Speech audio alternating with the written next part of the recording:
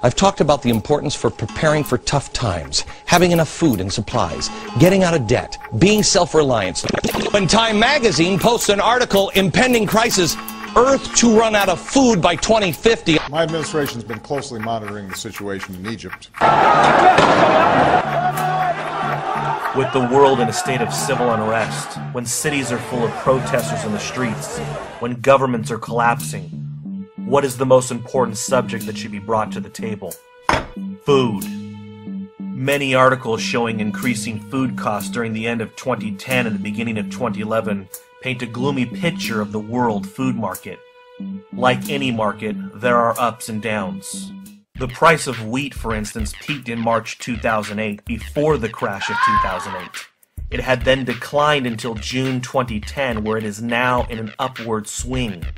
Corn, coffee, beef, and nearly all other commodities are going up in price. The question is, how do we predict the future?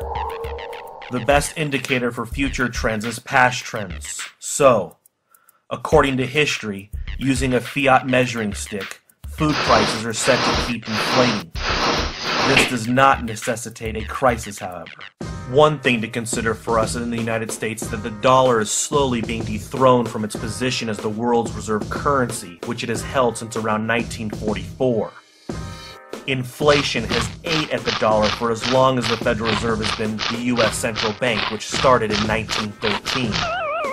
In 1907, a box of Kellogg's Corn Flakes cost 10 cents. By 1960, 8 ounces was 27 cents.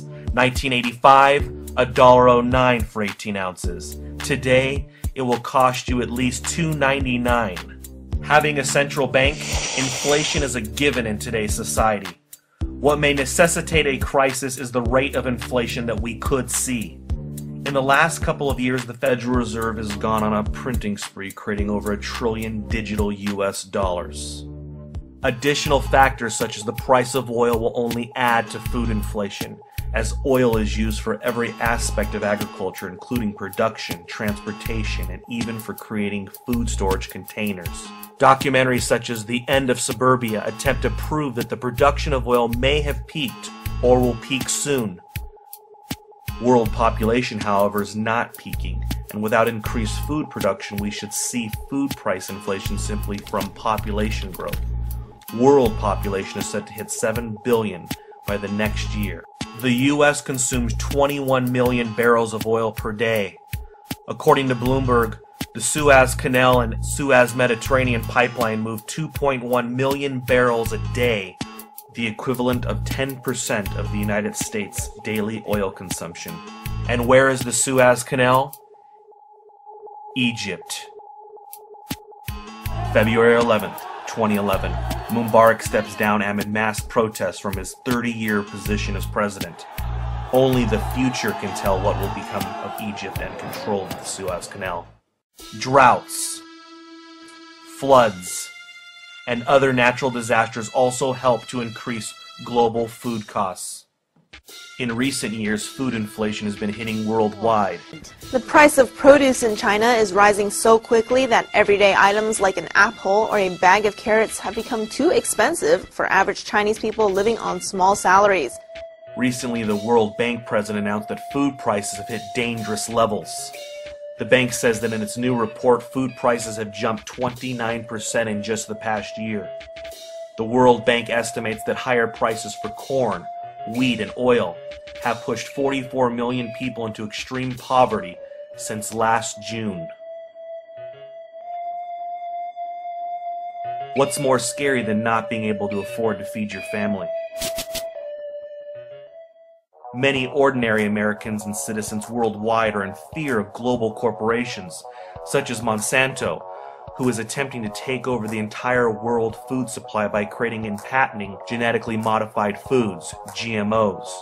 Despite some known health risks, many people also claim GMO foods do not offer the same nutritional value as their organic counterparts. Complaints of Monsanto's genetically modified seeds contaminating small farms, and Monsanto suing these small farms for having their patented seeds without permission seems to spell a grim future for organic and small farmers and food in general.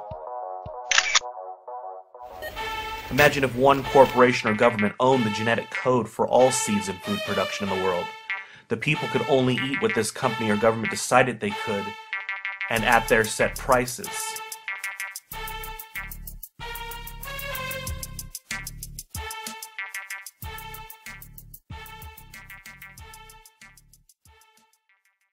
What is the solution?